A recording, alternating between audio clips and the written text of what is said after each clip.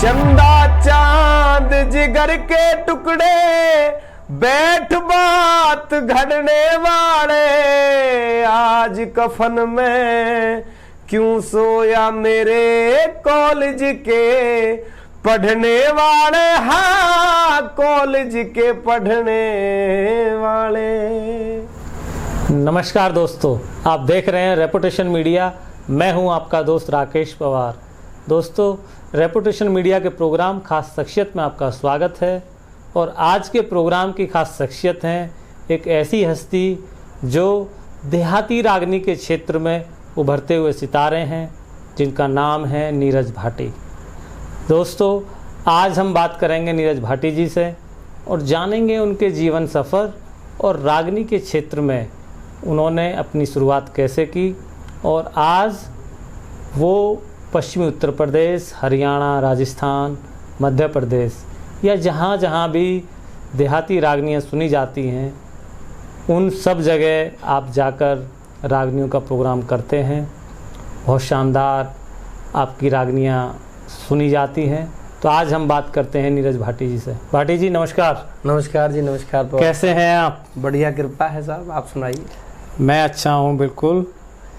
बहुत ही छोटी एज में आपने एक अल्प आयु में जी, पहले तो आप शायद होली गाते थे। हाँ, होली गाते थे, अब भी गाता हूँ मैं शौक के तौर पे। कंपटीशन तो मैं अब जो है बहुत कम कर दिए मैंने लड़ने। तो लेकिन आजकल रागनियाँ ज़्यादा सुनी जाती हैं। हाँ, आजकल में जो ज़्यादा रागनी प्रोग्राम करते हैं हम। तो नीरज भाटी जी, आप बेसिकली कहाँ के रहने वाले हैं? मेरा गांव घरबरा है जी, ग्रेटर नोएडा में, गौतम बुद्ध नगर डिस्ट्रिक्ट में। जी, डिस्ट्रिक्ट गौतम बुद्ध नगर है जी जी। और मेरा पैतृक गांव यही है। ओके, तो आपकी एजुकेशन कहाँ हुई? एजुकेशन मैंने जो है शुरुआती एजुकेशन तो गांव से ही हुई थी, प्राइमरी स्कूल से जी। और बाकी उसके बाद में फिर जो है दनकौर किसान आदर्श इंटर कॉलेज से मैंने जो है 12th किया। ओके। और ऐसे ही धीरे धीरे बालकपन से शौक था गाने का भी। अच्छा, तो आपने 12वीं तक अपनी पढ़ाई की है? जी। तो कितने बहन भाई हैं आप? हम 5 बहन भाई हैं। 5 बहन भाई हैं। तो आपके मदर फादर पिताजी क्या करते हैं? पिताजी टीचर हैं। अच्छा, टीचर हैं। हाँ। प्राइमरी में, इंटर कॉलेज में? इंटर कॉलेज में, वहीं जहाँ मैंने जो है 12वीं किया था। अच्छा, किसान इंटर कॉलेज में आपके फादर टीचर हैं? हाँ। अच्छा, आपकी जो माताजी हैं वो हाउसवाइफ ही हैं? जी, घर का ही काम करती हैं। जी जी। तो आप बहन भाइयों में सबसे बड़े हैं या और भी कोई बड़ा है? मैं सबसे बड़ा हूँ। सबसे बड़े हैं और छोटे हैं? मुझसे 2 फिर छोटी सिस्टर हैं, उनके बाद में 2 भाई हैं। तो सब शादीशुदा हैं? हाँ, सब शादीशुदा हैं। सबकी शादियाँ हो गई। तो बच्चे कितने हैं आपके पास? बच्चे 3 बिटियां हैं। अच्छा, 3 बेटी हैं भी आपको? हाँ। बड़े धनवान व्यक्ति हैं आप। 3 बेटियां तो बड़े, ईश्वर जो है बड़े दिल वालों को ही देता है, बस कृपा है। चलिए, बहुत बढ़िया। तो पारिवारिक पृष्ठभूमि आपकी कैसी रही? अच्छी रही, पारिवारिक बढ़िया जो है सहयोग। बालकपन से ही, बच्चापन से मुझे जो है घर वालों का, हमारे दादाजी वो भी गाते थे। अच्छा, दादाजी भी आपके रागनी गाते थे या होली गाते थे? होली गाते थे। अच्छा, होली गाते थे। होली गाते थे। 2 हमारे अंकल जी हैं जी, वो भी जो है होली गाया करते थे। उनसे ही धीरे धीरे मुझे भी शौक लग गया। अंकल जी कौन से हैं आपके? कितने पिताजी, कितने भाई हैं आपके? 3 भाई हैं। वो सबसे बड़े हमारे पिताजी हैं जी। उनसे छोटे मास्टर जी हैं, उदयवीर जी जी। फिर ओमपाल जी हैं। ओमपाल जी। तो वो आपकी बुआ भी हैं? हाँ, बुआ हैं, 3 बुआ हैं। तो हमारे जो पिताजी हैं वो सबसे बड़े हैं। अच्छा, सबसे बड़ा है। उनसे फिर 3 छोटी सिस्टर हैं और उनसे फिर छोटे 2 भाई हैं। ओके, मतलब भाई दोनों छोटे हैं आपके चाचा? हाँ, जो हमारे अंकल जी हैं वो छोटे। तो गांव में तो खेती वगैरह होती होगी? हाँ, गांव में खेती वगैरह होती है और जो है ज़्यादातर हमारा जो जुड़ाव है वो अपना इसी से है। खेती से। चलिए, क्योंकि सब किसान परिवार से ही ज़्यादा आते हैं। हाँ। ऐसी पृष्ठभूमि है। तो भाटी जी, इंटर की पढ़ाई करने के बाद जी फिर आपने क्या सोचा? रागनी तो आप बचपन से ही, होली तो बचपन से ही गाते थे? होली तो मैं बचपन से ही गाता था और हमारे जो गुरुजी थे, हमारे जो दादाजी हैं, उनसे छोटे भाई थे। आपके दादाजी के छोटे भाई थे आपके गुरु? हाँ। क्या नाम था उनका? उनका नाम था प्रहलाद सिंह। प्रहलाद सिंह जी। अच्छा, वो आपकी मतलब खास दादा के भाई थे? हाँ, वो वैसे तो थोड़ा सा अलग थे पर बाकी भाई थे। हाँ, मतलब भाई थे। मान लो जैसे हमारे परिवार में 4 घर थे। जी जी जी। तो एक दादाजी के, हमारे जो दादाजी हैं उनके पिताजी के एक के वो थे और एक के हमारे दादा। मतलब उनके पिताजी भाई थे। हाँ हाँ। अच्छा, तो प्रहलाद सिंह जो आपके गुरु थे वो होली गाते थे? क्या था? होली गाते थे वो। तो उन्होंने आपको कैसे चुना? मतलब होली गाते थे और होलियों का शौक भी बचपन से ही उनको भी था, हमें तो था ही। उनको देख करके ही, उनकी प्रेरणा से ही मैंने सीखा है। हमारे दादाजी भी गाते थे, 2 अंकल जी भी गाते थे, हमारे पिताजी को भी बहुत शौक है गाने का। होली का जो शौक था, मैं देख रहा हूँ कि लगभग 15-20 साल पहले तो होलियाँ सुनी जाती थी ज़्यादा इस एनसीआर के क्षेत्र में। हाँ, अभी कुछ क्रेज कम हो गया।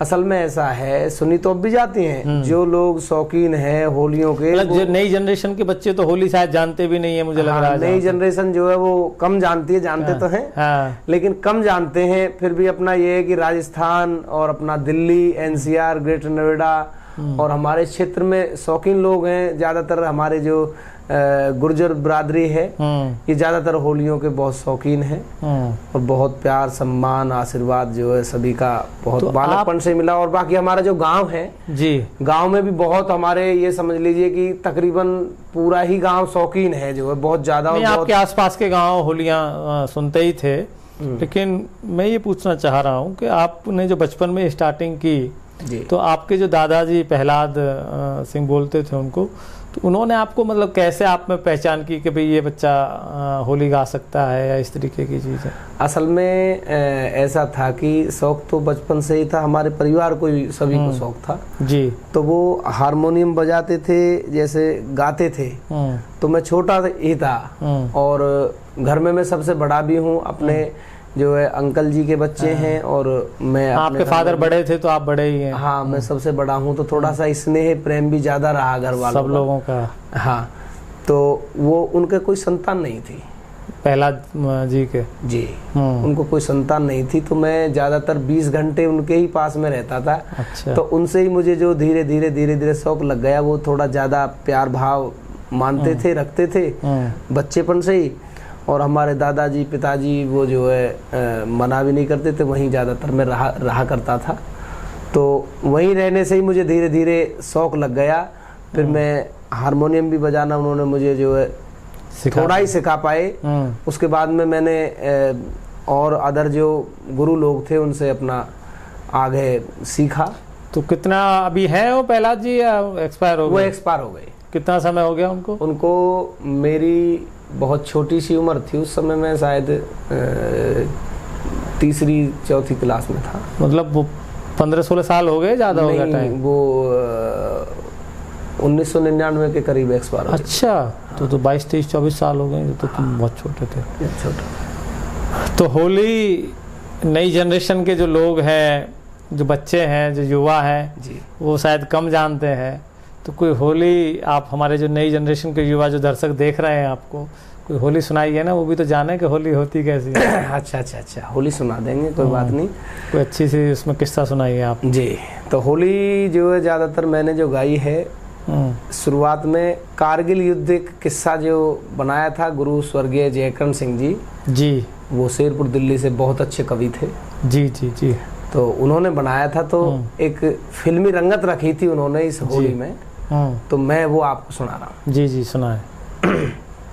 तो ये उस समय का जो व्याख्यान है कि जिस समय वो कश्मीर के जो गुर्जर थे जी, तो पाकिस्तान के घुसपैठी जब उन्हें मिलते हैं तो वो उन्हें बताते हैं अपना परिचय जी। कैसे बताते हैं वो मैं बता रहा हूँ। हाँ, हम भारत के बलकारी, मत रौब जमावे भारी, है गुजर जात हमारी, किसी से डरते ना, किसी से डरते ना गद्दारों, ना घमंड गरूर करेंगे, तुम्हें चकना चूर करेंगे, है देश की भूमि प्यारी, कपट हम करते ना, कपट हम करते ना गद्दारों। भाटी जी, जो होली हाई टोन में गाई जाती थी उस टाइप का कुछ गाओ ना, ये तो आपने एक नॉर्मल सॉन्ग सा गा दिया। अच्छा। होली का जो एसेंट जो है वो बिल्कुल एक्चुअल वाला, जो बिल्कुल हाई टोन में गाते थे आप लोग, हाई टोन लो टोन ऐसे करके। अच्छा, तो उसमें कुछ सुनाओ। हाई टोन में तो ज्यादा तो अब नहीं गा पाएंगे क्योंकि जितनी भी है, हाँ, कोई बात नहीं, आप गाओ। लेकिन मैं थोड़ा सा आपको बता रहा हूँ, क्योंकि होली का जो एक्चुअल सिस्टम हो तभी पता चलेगा ना। ये तो अभी आपने जो गाया है तो एक नॉर्मल क्या भी ठीक है गा दिया, तो मैं सुना रहा हूँ आपको उसमें से और एक आधी लाइन सुना। हाँ सुनाइए। इतनी कह भारत के शेर ओ तले पहाड़ के जा रहे, आपस में वे करके बात अपनी सलाह मिला रहे, अपनी सलाह मिला रहे, अपनी सलाह मिला रहे। पाकिस्तान के घुसपैठी भारी जुल्म कमा रहे, हमारी सीम को लिया कब जाए, अपना तहत जमा रहे। तो पूरा ग्रुप होता है, अब आया ना हल्का सा फ्लेवर उसका होली वाला उसमें। तो उसमें ऐसा होता है कि जब थोड़ा सा अपना पूरा ग्रुप होता है, वो हमारे संगीतकार म्यूजिशियन साथी जो होली के होते हैं वो होते हैं, तो उसमें थोड़ा एक अलग ही उस समय का जो नहीं वो माहौल एटमॉस्फेयर होता है, माहौल है, तो वो सारा सिस्टम तभी जो और अच्छे से जुड़ पाता है। तो पहला जो आपके गुरुजी थे स्टार्टिंग के, उनके स्वर्ग सिधारने के बाद जी, तो फिर आपकी जर्नी कैसे रही?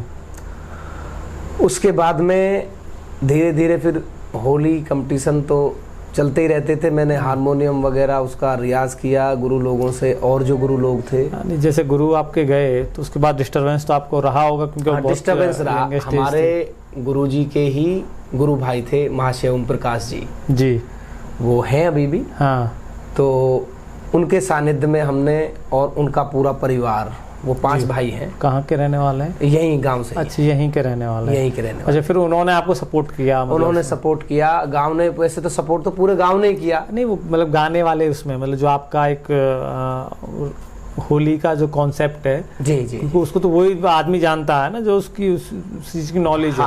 वैसी सपोर्ट तो जनरल सपोर्ट होगी। हाँ, उनके लड़के और वो उन्होंने बहुत सपोर्ट किया। जगह जगह जो हमारे उस समय के, जैसे मोमना थल है, तो यहाँ के एक बहुत अच्छे महाशय थे जी, तो उनको भी मैं गुरु मानता हूँ। आसेराम नाम था उनका। जी, तो बहुत अच्छे वो कलाकार थे। उनसे ही मैंने हारमोनियम की भी ट्रेनिंग ली जी। उनके लड़के थे भाई विनोद महाशय जी, उनसे भी, तो उनका भी बहुत साथ रहा। बाकी जो शुरुआती मेरा जो सफ़र रहा, शुरुआत रही, वो गुरुजी जो हमारे थे, उन्होंने हारमोनियम तो मुझे थोड़ा थोड़ा उन्होंने बजाना सिखाया था जी। लेकिन जो बाकी की जो मेरी मैंने जो तैयारी की, जो सीखा, तो वो वहाँ से सीखा। और अदरवाइज और गुरु लोगों से मैंने जो है जगह जगह जा कर के अपना जो है होली गायन का भी और हारमोनियम और वो पूरा जो होता है टीम बनाई। होली के क्षेत्र में जी आप अपना आइकॉन किसको मानते हो जो अच्छी होली गाता है? मतलब होली के क्षेत्र में कौन ज़्यादा अच्छा गायक मानते हो आप अपने से, जो आपकी नेक्स्ट जनरेशन के हैं, मतलब आपसे पहले वाले? हमसे पहले वाले काफ़ी अच्छे महाशय हैं। चरण सिंह जी थे कोट से, वो स्वर्गीय हो गए। और अपना सुभाष नागर जी, भुआपुर गांव था उनका। क्योंकि बचपन में जब मैं होली सुनता था तो मुझे सबसे ज्यादा होली सुभाष नागर की अच्छी लगती थी। हाँ, वो बहुत अच्छे कलाकार थे। उनसे ही हमको भी जो है उनसे ही सीखा है हमने भी। उनकी जैसे एक बोलते हैं ना खटक होती है, तो उनसे भी हमने खटक थी उनके गाने की भी, आज भी है। हम लोगों उनको जो है, हम उन लोगों को श्रोमणी मानते हैं। राजेंद्र नागर थे जसाना के, बहुत अच्छे कलाकार। तो होली गायन में बड़े बड़े अच्छे अच्छे बहुत कलाकार रहे, उनसे हमने बहुत कुछ सीखा है। हाँ, मैंने, क्योंकि हम बचपन में जब सुनते थे तो मुझे ज़्यादा आइडिया था नहीं होली का, मतलब मेरी समझ में नहीं आती थी जी। लेकिन जब मैं मामा के यहाँ छुट्टी में आता था या बुआ के यहाँ आता था, तो यहाँ आप लोगों के यहाँ कल्चर था इस तरीके का जी। तो यहाँ फिर हम सुनने लगे तो फिर मेरी समझ में वो आने लगा। लेकिन मैंने मुझे सबसे अच्छी जो आवाज़ लगी वो सुभाष नागर की ही लगी। हाँ, सुभाष नागर अच्छे श्रोमणी कलाकार, बहुत अच्छी आवाज़ थी उनकी, गाने का उनका ढंग। फिर मैंने एक बार उनको रागनी गाते हुए देखा। अच्छा अच्छा। रागनी में फिर उनका मामला उतना बढ़िया मुझे नहीं लगा। नहीं, अच्छे सुरीले कलाकार हैं, वो अलग बात है। उनका जो है ज़्यादातर जो है गाने का जो हिसाब, होली का स्पेशलाइजेशन रहा है। होलियों में बहुत अच्छा जो उनका रहा। तो फिर आप होली के साथ साथ रागनी की तरफ जब आप बढ़े जी, तो ये कैसे आपको मतलब दिमाग में आया कि भैया मुझे रागनी गानी चाहिए, या कैसे ये कैसे थॉट आया आपके दिमाग में? ये अच्छा, रागनी में गाता तो शुरू से ही जो है थोड़ी बहुत तो गा लेता था। तो हमारे जो गुरुजी थे उनके पास में एक टेप रिकॉर्डर था, पहले वो टेप रिकॉर्डर आते थे। हाँ, वो कैसेट चलती थी उनमें। जी जी, ऑडियो कैसेट चलती थी। ऑडियो कैसेट, तो उसमें वो बजाया करते थे। तो पहले चंदा कैसेट में काफ़ी कलाकार थे जी, तो वो उनकी कैसेट चलती थी, मास्टर ब्रह्मपाल नागर जी और तुम्हारे शीशपाल भाटी और एक राजेंद्र खरकिया हैं, इधर रोहतक की तरफ से, खरक गांव है उनका। जी जी जी। और तुम्हारे ये सतपाल दोसा जी गुरुजी, और लगभग बहुत कलाकार थे उसमें। जी जी जी। तो उनमें से जो है मैं सुनता रहता था उन्हें, रागनी। और उसमें एक रागनी थी पिंगला भरतरी के किस्से की जी, तो वो मेरी ज़िंदगी की सबसे पहली रागनी है। उसको मैंने उस टेप रिकॉर्डर से ऐसे ही जो है चलते चलते चलते चलते सीख लिया। तो उसको सुनाओ जरा हमारे दर्शकों को। जी जी। पहली रागनी आपकी? तो वो पहली रागनी थी पिंगला भरतरी की। हाँ, कोई तो बुलाओ मेरे भैया को, माँ का जाया वीर मेरा पाट लिया न्यारा, माँ का जाया वीर मेरा पाट लिया न्यारा, पड़े जहर पीना जख्म नहीं सीना, जिसका इकला भाई मर जा के जीने में जीना, हाँ, जिसका इकला भाई मर जा के जीने में जीना, हीना भाग मेरा चारों तरफ अंधेरा, उजड़ डेरा करगी त्रिया धूल में सितारा, उजड़ डेरा करगी त्रिया धूल में सितारा। ये ब्रह्मपाल नागर ने गाई थी? किसकी रागनी है ये? मास्टर ब्रह्मपाल नागर जी की है ना, बनी हुई रागनी है, लेकिन गाई थी उदयवीर चौहान ने। अच्छा, उदयवीर चौहान उनका जो शिष्य है, उनके जो शिष्य हैं उदयवीर चौहान जी, बहुत अच्छा उन्होंने गाया। तो हम उनके बराबर अच्छा तो खैर नहीं गा सकते इस रागनी को। उदयवीर चौहान भी ना बड़ी एक अलग कॉन्सेप्ट में रागनी गाते थे, वो भी हल्का सा सिंगल फैम का आदमी। हाँ, लेकिन उसकी ना एक जब रागनी गाते थे वो, तो उनका एक अलग ही वो आता था फ्लेवर। हाँ, अलग ही उनका जो गाने का ढंग तरीका बहुत अच्छा था, बहुत सुरीले कलाकार। वो ब्रह्मपाल नागर के बड़े प्रिय शिष्यों में रहे हैं। हाँ, और बड़ा अच्छा उनका, अच्छा, बहुत अच्छा। तो ये रागनी आपने सुनी, थोड़ा इसकी तो ये रागनी सुनी तो मैं इसको स्कूल में गा देता था। ओके। तो टीचर जो हमारे मास्टर जी थे वो बड़े प्रसन्न होते थे और बार बार सुनते थे।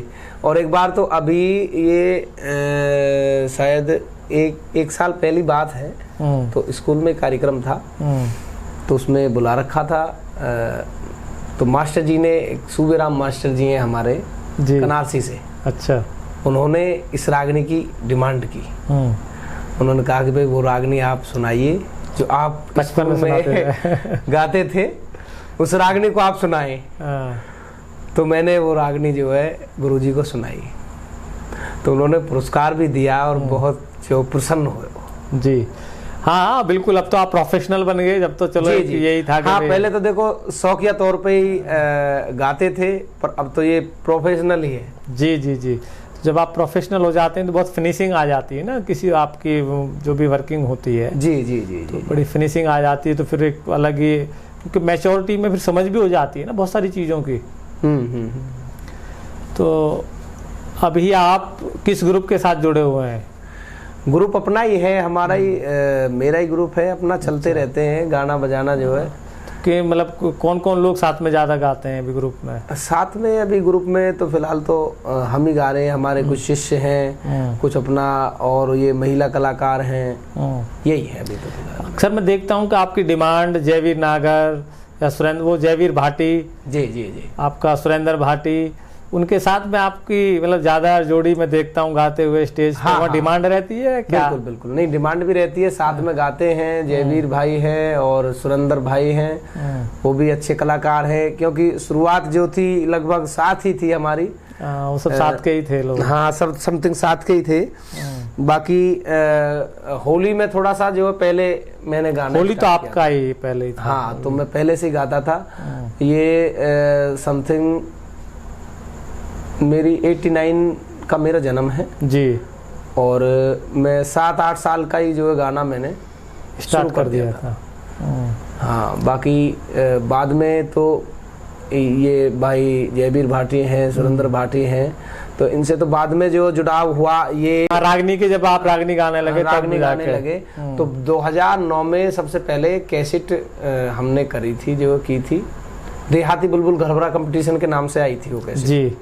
तो सुरेंद्र भाटी, नीरज भाटी और ललिता शर्मा, प्रीति चौधरी और कई कलाकार थे उसमें। वो बहुत अच्छा जो है रिजल्ट रहा उसका, बहुत सम्मान प्यार। अभी आपको लगभग रागनी के क्षेत्र में भी 17-18 साल शायद हो गए स्टेज पे गाते हुए, बड़े परफॉर्म करते हुए। हाँ हाँ, है ना?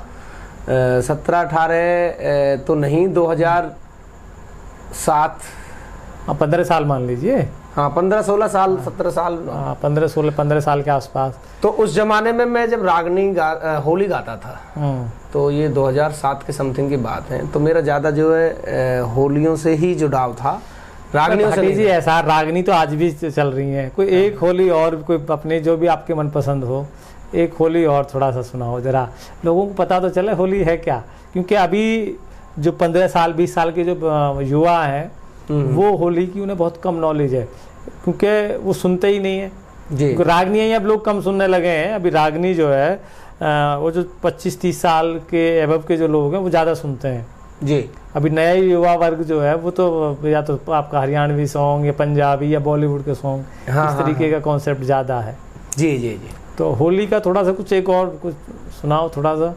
अच्छा, होली, हाँ होली।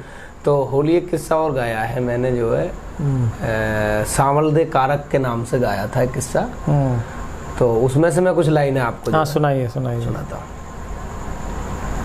तो ये उस समय की बात है कि जिस समय वो राजा कारक अपना गौना करने के बाद में जो है और दिल्ली की तरफ चलते हैं अपने ससुराल जलनाबाद से जी, तो वहाँ से मैं थोड़ा सा बता सुनाइए। तो घोड़े को जब उन्होंने बांधा, गर्मी का मौसम था, वो जा रहे थे जैसे, तो पहले तो ज्यादातर घोड़ों की ही सवारी थी जी जी। तो डोले को लेकर के जा रहे थे, तो वहाँ जो एक जंगल था जो है उसमें अपना बरगद का पेड़ था, उसके नीचे वो अपना आराम कर रहे थे, तो वहाँ का मैं व्याख्यान सुना रहा हूँ जी जी, सुनाइए। घोड़ा बांधा पेड़ से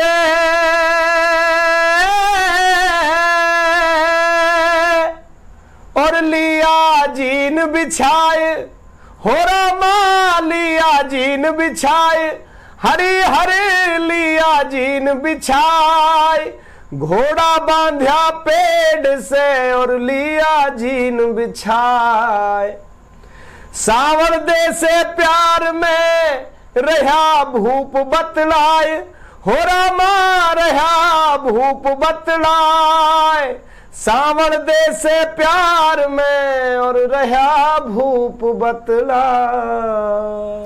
चलिए, बहुत बढ़िया, बहुत अच्छे। तो ये इस तरह से गाई जाती है। और इसमें एक कली जो होती है उसमें 8, 9, 10, 11, 12 पहले तो और ज़्यादा रहती थी, एक कली में तर्जें, हाँ। उसमें अलग अलग तर्जें होती हैं जी जी। तो ये कली की कोई तो पहले गा देता है, कोई बाद में गाता है, ये दोहा बोलते हैं इसको। एक्चुअल में मैं ना क्या होली मुझे पसंद क्यों आती थी, उसका पैरामीटर इतना हाई रहता था कि जोश आ जाता था एकदम। लड़के जो आपके पीछे में छोटे छोटे बच्चे गाते थे और बड़ी हाई टोन में गाते थे, है ना, वो मतलब ऑटोमेटिकली अगर कोई बुझा हुआ आदमी बैठा हो ना उसमें जोश भर देता है। रागनी भी जोश भरती है, लेकिन होली का पैरामीटर ऊपर होता है रागनी से। आप लोगों की जो फ्लो है, फ्लुएंसी ऊपर होती है उससे। हाँ हाँ, वो थोड़ा हाई पिच से गाई जाती है। हाई पिच से गाई जाती है जी। तो आप लोगों का फिर ये गला जो है, गले में मतलब गला बैठ जाता है हाई पिच पे गाने से, कैसे रहता है? असल में ऐसा होता है कि थोड़ा कंपटीशन जब होता है, आता है, तो उससे थोड़ी पहले कुछ तैयारी आपने करनी पड़ती है गले के लिए। गले के लिए और कुछ थोड़ा परहेज करने पड़ते हैं, जैसे खान पान का और अपना कई तरीके जो है गले के रख रखाव के लिए, ये तला भुना, ठंडा गरम सर्द में ना रहना, इस तरह का अपना जो है करना पड़ता है। कुछ मुलेठी वगैरह इस तरीके की चीजें भी कुछ करनी पड़ती है उसके लिए। हाँ, मुलेठी और काली मिर्च वगैरह, और अब तो अच्छे अच्छे और जो है आ रहे हैं प्रोडक्ट। क्या प्रोडक्ट है हमें बता दो, हम भी इंटरव्यू वगैरह करते रहते हैं तो हमारी आवाज़ थोड़ी ठीक रहेगी। नहीं देखो, ये तो आवाज़ के लिए तो प्राकृतिक ही मामला। नहीं, आवाज़ का मतलब है गले से सही बोलना, क्लियर वॉइस आना। हाँ, तो मुलेठी और काली मिर्च वगैरह और ये अपना जो अच्छा होता है। अच्छा होता है। हाँ। तो ये मतलब प्रोग्राम करने से पहले खाते हो आप लोग या रेगुलर रहता है ये सब चीज़ें? नहीं, हमारे तो जब दिक्कत होती है कोई गले में तो तभी ले लेते हैं, बाकी अपना जो ज़्यादातर तो हम ऐसे ही गा देते हैं। हाँ। तो अभी आपने कौन कौन से स्टेट्स में रागनियाँ गाई हैं जनरली? कहाँ कहाँ जाना होता है ज़्यादा? स्टेट में अभी मतलब कहाँ ज़्यादा सुनते हैं लोग आपकी रागनियाँ? रागनियाँ ज़्यादातर सुनते तो सभी जगह हैं, मतलब स्टेज प्रोग्राम ज़्यादा होते हैं। स्टेज प्रोग्राम में ज़्यादातर इधर लोकप्रियता भी राजस्थान की तरफ थोड़ा ज़्यादा है, क्योंकि वहाँ जो है लोगों में सुनने का अच्छे ऐतिहासिक, क्योंकि धार्मिक और धर्म से तो वैसे तो सभी जगह लोग जुड़े हुए हैं। हरियाणा की क्या पोजीशन है राजस्थान के हिसाब से? हरियाणा में भी है। हाँ, हरियाणा, ये पश्चिमी उत्तर प्रदेश का क्षेत्र है। हाँ, हरियाणा क्या? राजस्थान, अपना तुम्हारा दिल्ली है और यूपी का वेस्टर्न पार्ट। हाँ, और बाकी गए तो बहुत दूर तक है। यूपी में इधर भी तुम्हारा अपना लखनऊ भी गए हैं और एक बार उड़ीसा भी जाना हुआ हमारा। तो वहाँ इधर के लोग होंगे जो सुनते होंगे, वहाँ के लोग क्या सुनते होंगे? वहाँ के जो इधर हरियाणा से कुछ लोग थे जो वहाँ बहुत साल पहले रह रहे हैं, सैकड़ों साल पहले चले गए थे वो, तो वो जो अब भी सुनते हैं, उनकी जो भाषा है वो अब भी जो है अपना हरियाणवी भाषा है। ऐतिहासिक धार्मिक जो रागनी हमारे होते हैं इनको सुनते हैं। तो ये प्रोफेशन आपने शौक के लिए स्टार्ट किया था या कमर्शियल मतलब इनकम के लिए स्टार्ट किया था? अब तो ये इनकम के लिए ही है। नहीं, पहले उस टाइम की शुरुआत में जो था, शुरुआत में हमारा शौक या तौर पे हमने गाना स्टार्ट किया था। तो अभी स्टेज प्रोग्राम आप बाहर 2009 के आसपास से आपने स्टार्ट किए थे करने? हाँ, उससे पहले करने लगे थे? हाँ, स्टेज प्रोग्राम मैंने प्रीति चौधरी है झुंझुनू से, बहुत अच्छी सुप्रसिद्ध गायिका है। उनका बड़ा नाम रहा, एक टाइम नाम रहा था। तो वो हमारे गांव में एक बार आई थी, 2006-07 के समथिंग आई थी जी। तो उस समय मेरा जो लगाव नहीं था रागनियों से बिल्कुल, तो उनका आना हुआ और जो है उन्होंने गाया, तो गांव वाले लोगों ने कहा कि भाई आप भी गाइए, प्यार मानते थे सभी लोग। तो मैंने भी वहाँ 1-2 प्रस्तुति रागनी की अपना रखी, तो बहुत सम्मान, बहुत मान मिला। तो हमारे अंकल जी हैं मास्टर उदयवीर जी, तो उन्होंने मुझसे कहा कि भाई ये अच्छे कलाकार हैं, आप इनके सानिध्य में रहना चाहते हैं? तो मैं पढ़ता था उस समय, तो मैंने कहा पढ़ाई है अभी जो, तो उन्होंने बोला कोई बात नहीं, पढ़ाई भी आप अपना करते रहें। और तो मैं वहाँ समथिंग 1 साल के समथिंग मैं वहाँ रहा था जी, राजस्थान में। कहाँ के रहने वाली थी? झुंझुनू की हो? झुंझुनू में वो अपने गुरुजी थे जो उनके मामा थे, वो उनके पास में रहा करती थी। बाकी गांव तो उनका जो है अलग था, हरियाणा यूपी बॉर्डर है, राजस्थान हरियाणा का बॉर्डर है वो, तो वहाँ गांव तो उनका अलग था जी। बाकी वो अपने मामा के यहाँ रहती थी। तो आजकल तो उनका नाम कहीं सुनाई देता नहीं है अभी, मतलब आज उस टाइम तो बड़ा नाम था, आजकल तो बहुत कम, मुझे तो लगता नहीं वो कभी करती हैं प्रोग्राम। नहीं, हाँ, प्रोग्राम उनके चलते रहते हैं, करती हैं, लेकिन ऐसा होता है कलाकार, नेता, अभिनेता ये बदलते रहते हैं। मतलब इनकी परिस्थितियाँ जो है वो बदलती रहती हैं। तो उस स्तर से जो है अपना चेंजिंग है काफ़ी चीज़ों में, उनके जो है अब गाने में भी और उनके पहराव जो अपना जो वो पहनती थी। जी जी जी। तो राजस्थानी वो उधर का जो पहनती थी, राजस्थानी गेटअप में वो गाती बाकी थी। गाती हैं अब भी अच्छा अपना। तो शादी आदि तो हो गई होगी उनकी? शादी हो गई, बच्चे हैं। बच्चे हैं। तो 1 साल आपने वहाँ रह के भी? हाँ, वहाँ रह करके फिर वहीं से जो मुझे रागनी का अपना मन बना और फिर वहीं से जो है गाना हमारा शुरुआत हो गया। फिर गांव में आ गए, यहाँ आकर के हमने जो वो अपना कैसेट निकाली। कैसेट निकालने के बाद में फिर अपना लोगों में पहचान हो गई, धीरे धीरे धीरे धीरे सबसे आप लोगों से जुड़ाव हो गया। जी जी। और इस तरह अपना जो है सफ़र फिर चल गया।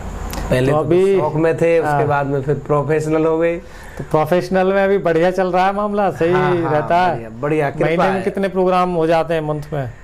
महीने का तो ऐसा है 15, 20, कभी 30, कभी 10, ये तो अपना हाँ, मतलब इतने मतलब चलते रहते हैं प्रोग्राम। हाँ, प्रोग्राम अपना चलते रहते हैं। हाँ, तो मतलब आज के टाइम में बड़ा अच्छा फील हो रहा होगा, क्योंकि आज का ये प्रोफेशन कमर्शलाइज होने के बाद और गुरु लोगों की, आप लोगों का आशीर्वाद प्यार है। तो अभी शिष्य भी कुछ बना लिए हैं आपने? हाँ, शिष्य काफी है। अच्छा, शिष्य भी हैं। तो अभी शिष्य गाने लगे हैं स्टेज वगैरह पे अपना प्रोग्राम? हाँ, स्टेज वगैरह करते हैं, प्रोग्राम करते हैं, गाते हैं।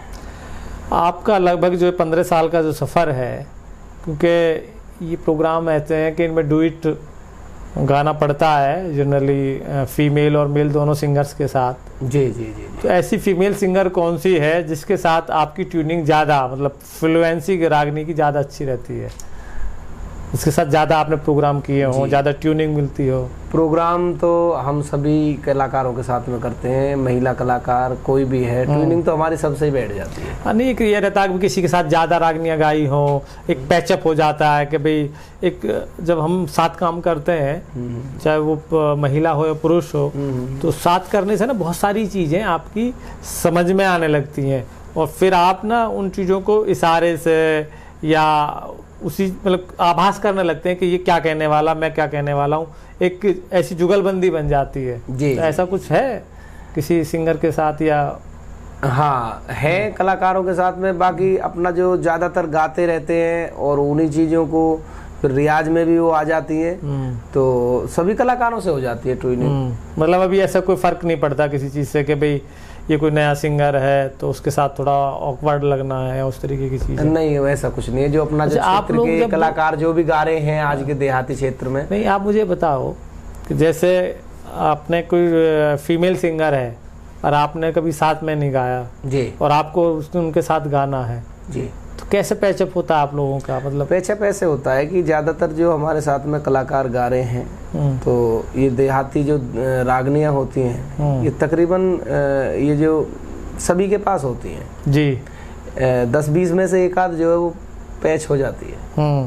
तो उसमें से अपना सेटअप बना करके कि भाई ये रागनी मुझे भी याद है, या ऐसे ही गाना है, या एक आध बार जो है वो गाली हो, या नहीं भी गाई है तो उसका थोड़ा सा रियाज मंच पे जो है हम कर लेते हैं। फिर एक लाइन पकड़ी शुरू में जो है, शुरू के अक्षर पकड़ करके फिर पूरी लाइन को अपना गा देते हैं। मतलब बेड़ा पार लग जाता है। हाँ? जी जी। चलिए, कह रहे तो बहुत बढ़िया। तो ऐसे ही आपका उनमें भी होगा, जेंट्स में भी ऐसा ही रहता होगा? हाँ, जेंट्स में भी ऐसा ही रहता है। अभी आप जो रागनी है महाभारत या किसी ऐसे किस्से की कोई रागनी आपकी जो कोई फेवरेट रागनी हो? हाँ, फेवरेट कई रागनियाँ हैं हमारी। महाभारत के किस्से से भी हैं, सिंगल में भी हैं, ड्यूट में भी हैं। तो बाकी कुछ सुनाइए हमारे व्यूवर्स को। अच्छा, कोई जो भी आपके मनपसंद रागनी हो। कोई रागनी एक मैंने बहुत अभी पीछे जो है गाई थी, चंदा चांद जिगर के टुकड़े। वो रागनी काफी फेमस रही थी, लोगों ने बहुत प्यार उसमें जो ये वो थी भिखारी लाल, कौन थे वो, किसने गाई थी? कि हाँ, वो पहले भिखारी लाल तंवर जी ने गाई है ना। ये उसकी उसके किस्से की थी ना, हकीकत राय के किस्से की रागनी।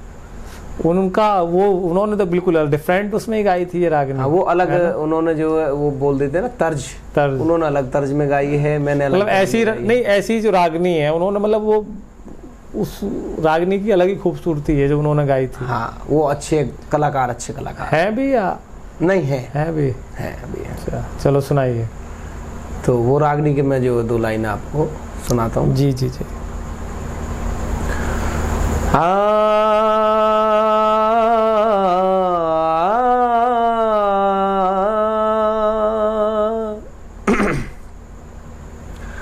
चंदा चांद जिगर के टुकड़े, बैठ बात घड़ने वाले,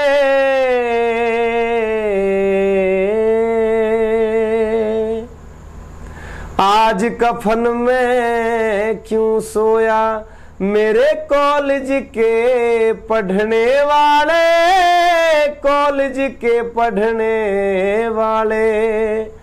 चंदा चांद जिगर के टुकड़े, बैठ बात घड़ने वाले, आज कफन में क्यों सोया मेरे कॉलेज के पढ़ने वाले, हाँ कॉलेज के पढ़ने वाले। बहुत शानदार।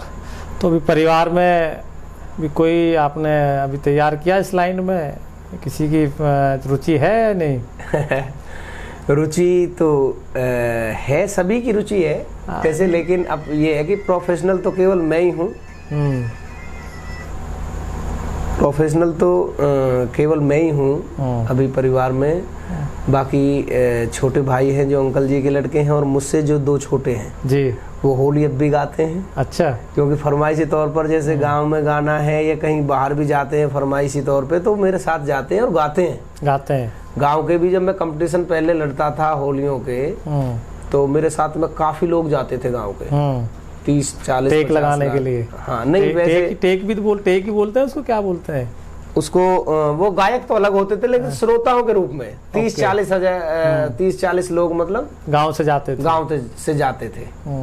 अब भी जाते हैं बहुत लोग। तो अभी उनमें कोई ऐसी प्रतिभा दिख रही है आपको, कोई स्टेज प्रोग्राम में आएगा निकल के उस तरीके का लगता है? क्योंकि जब आपके संरक्षण में वो सीखे होते हैं तो फिर पता रहता है कि गुरु को कौन सा शिष्य ऐसा है कि अभी वो स्टेज पे गा सकता है, उस तरीके की सिचुएशन। असल में ऐसा है कि अब उनकी शादियां हो गई हैं, सब अपने अपने जो है कार्य में व्यस्त हैं, मतलब दूसरे कार्य में लगे हुए हैं, सब दूसरे कार्यों में लगे हुए हैं। फिर कलाकार और तुम्हारा पहलवान है या नेताजी, वो रेगुलर अगर आप उसी फील्ड में काम कर रहे हैं तो फिर वो चीजें बढ़ती चली जाती हैं। हाँ, लेकिन उसमें थोड़ा ये है कि अब जो है उनकी वॉइस भी थोड़ा चेंज हो गई और शादी हो गई, तो अपना थोड़ा सा फिर धंधा बिजनेस और भी। इसमें एज का बड़ा फैक्टर रहता है कि एक लड़का था इंडियन आइडल में किसी में था, वो एक मुस्लिम नहीं था, वो पूरा राजस्थान का, जो बचपन में उसने गाया था, उसकी बड़ी अच्छी वो थी। फिर वो बड़ा होने के बाद पता नहीं वो उसमें कुछ नशे पशे में आ गया वो, तो फिर उस पर गाया ही नहीं जाता था। अभी आया था, मैंने देख रहा था। तो उसमें ऐसा होता है कि कुछ एक एज होती है, उस एज तक जो आवाज़ होती है उसमें टोन अलग होती है, और उस एज के बाद में जो है वो गले की जो टोन है वो बदल जाती है, उसमें मतलब भारीपन आ जाता है। भारीपन आ जाता है। जैसे बच्चे की जो आवाज़ होती है वो थोड़ी पतली होती है, और जब बड़ा होता है तो उस हिसाब से वो वॉइस भी उसकी वेट आ जाता है, हैवी हो जाती है। तो उसमें डोक का ऐसा होता है कि वहाँ एक दौर ऐसा आता है कि वहाँ से अगर जो अपनी आवाज़ को कोई भी कलाकार निखार गया, ये उसका जो परहेज कर लिया, या इस तरह की जो थोड़े नियम संयम बना करके अगर जो वहाँ से ऊपर अगर जो आवाज़ में टोन बना ली तो फिर तो ठीक है, और बाकी वहाँ से ऊपर जा कर के वॉइस बिखर गई है, ख़राब हो गई है, कोई दिक्कत आ गई है, लापरवाह हो गई, तो फिर उसकी आवाज़ चली जाती है। तो बचपन कैसा रहा आपका? बचपन हमारा जो रहा वो, मेरा छोटे से ही शौक़ तो था ही गाने का, तो मेरा एक ज़रूर था कि गुरुजी की जो है बहुत, मेरी अवस्था कम थी उस समय, उनका देहांत हो गया।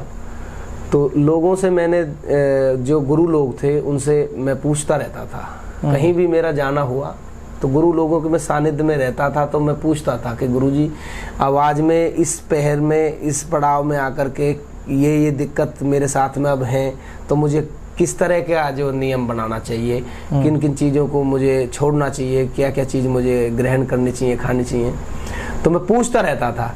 बाकी काफ़ी लंबा समय ऐसा भी रहा है कि मैंने ये तला हुआ और अपना ठंडी चीज़ जो भी होती है, ये गले के लिए जो नुकसानदायक होती हैं, वो मैंने कई बार ऐसा हुआ कि सालों से साल ही नहीं खाई बचपन में। अच्छा, पारिवारिक परिस्थितियाँ, तो फादर टीचर थे तो वो तो सब ठीक ही थी, कोई ऐसा कोई फाइनेंस की कोई प्रॉब्लम ऐसी रही नहीं? फाइनेंशियली कोई प्रॉब्लम नहीं रही मुझे। शुरुआत से ही मेरा परिवार परमात्मा की कृपा से, आप लोगों की दुआ से संपन्न रहा, ठीक ठाक थी सारी चीज़ें।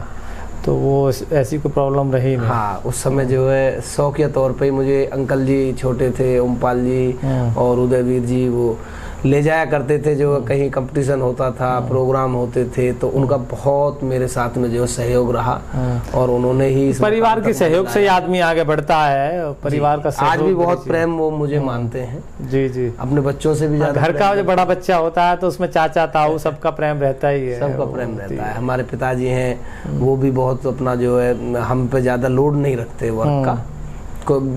कई बार ऐसा हो जाता है कि जो घरेलू काम हमारे होते हैं तो फ्री रहते हैं, तो फ्री टाइम में जो है खेती बाड़ी का जो काम होता है तो वो अपना संभाल लेते हैं। हम पर कई बार लोड नहीं डालते मुझ पर। आपके जो चाहने वाले हैं, जो आपकी रागनियाँ पसंद करते हैं, आपको पसंद करते हैं, उनके लिए कुछ कहना चाहेंगे आप? बस यही कहना चाहूँगा जी, संघर्ष जो है वो सबसे बड़ी चीज़ होती है इंसान के लिए। संघर्ष करते रहें। आप दौड़ नहीं सकते तो चलें अपने जो लक्ष्य के तरफ। तो मतलब धीरे धीरे प्रयास जो निरंतर रखें। निरंतर प्रयास रहना चाहिए। नहीं, ये बहुत अच्छी बात है। और आदमी सोच करके अगर जो ये रखेगा कि भाई अब तो नहीं हो पाएगा, तो वो नहीं होना चाहिए। हाँ, फिर तो खत्म ही हो जाती हैं चीजें। तो ज्यादा नहीं, थोड़ा थोड़ा संघर्ष इंसान चलता रहे, अपने टारगेट की तरफ दौड़े भी नहीं, भगे भी नहीं, तो धीरे धीरे जो है चलता रहे। तो वो कहावत है कि हारा वही जो लड़ा नहीं। जी, अगर आप लड़ रहे हैं तो एक दिन अवश्य जरूर आता है कि जब आप जीतते हैं। जी जी। और जब आप लड़ना ही बंद कर दें तो फिर तो निश्चित है हार। निश्चित है। चलिए, बहुत शानदार आपने संदेश दिया। तो दोस्तों, आज हमारे प्रोग्राम में हमारे साथ थे नीरज भाटी। देहाती रागनियाँ आप लोग उनकी सुनते हैं, बड़ा प्यार आप उनको देते हैं। तो आज के प्रोग्राम में बस इतना ही। आप देखते रहें रेपुटेशन मीडिया। मैं हूं आपका दोस्त राकेश पवार। मिलते हैं फिर किसी नई वीडियो में, किसी नई हस्ती के साथ। नमस्कार।